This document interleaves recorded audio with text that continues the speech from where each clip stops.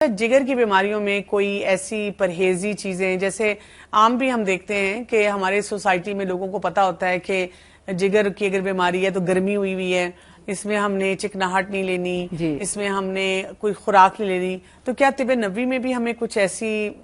چیزوں کا پتہ چلتا ہے، کوئی پرہیزی کھانے ہیں یا کسی چیز کی طرف خاص توجہ دینے کی ضرورت ہو؟ جی، اگر تو چکنے کھانے کے بعد مثال کے طور پر فرائیڈ چیزیں ہیں، سموسے، پکوڑے، بیکری کے آئٹمز ہیں، مختلف چیزیں ہیں، چپس وغیرہ بچے بڑے شوق سے کھاتے ہیں، بڑے بھی کھاتے ہیں، تو تلی ہوئی چیزیں کھانے کے جب برے اثرات آتے ہیں اور ہم سمجھتے ہیں کہ ہمارے اب کافی حد تک لیور جو ہے اس سے متاثر ہو چکا ہے، اس کا سب سے اچھا علاج جو طب نبوی میں بتایا گیا وہ ہے سرکہ، اور سرکہ انگوری سرکہ یعنی گریپ ونیگر جو ہے وہ اس کا بہترین علاج ہے، چکنائی کا توڑ ہے یہ، یعنی جسم کے اندر سے فالتو چکنائی دور کرنے کا سب سے بڑا سورس جو ہے وہ گریپ ونیگر ہے، مگر اس کو استعمال کرنے سے پہلے یہ ضرور دیکھنا چاہیے کہ اس کے اندر سٹرک ایسڈ یا ٹارٹرک ایسڈ تو نہیں ہے، کیونکہ جس سرکے میں سٹرک ایسڈ یا ٹارٹرک ایسڈ پایا جاتا ہے وہ ہمارے جسم کے لیے نقصان دہ ہے، اس سے آپ وہ ریزلٹس نہیں لے سکتے جو کہ ایک پیور گریپ ونیگر میں ہو سکتا ہے۔ ٹھیک ہے، تو لہٰذا ضرورت اس بات کی ہے کہ جب آپ کسی بیماری کے لیے کوئی چیز استعمال کرنے لگے ہیں تو وہ خالص ہونی چاہیے، پیور ہونی چاہیے، اور جس طرح میں آپ کو جیسے مینشن کر رہی ہوں کہ جن چیزوں کا خیال رکھنا چاہیے ان کو مد نظر رکھتے ہوئے استعمال کریں گے، اور اس کی کوانٹٹی خاص طور پہ بتائی گئی ہے 3 کھانے کے چمچے۔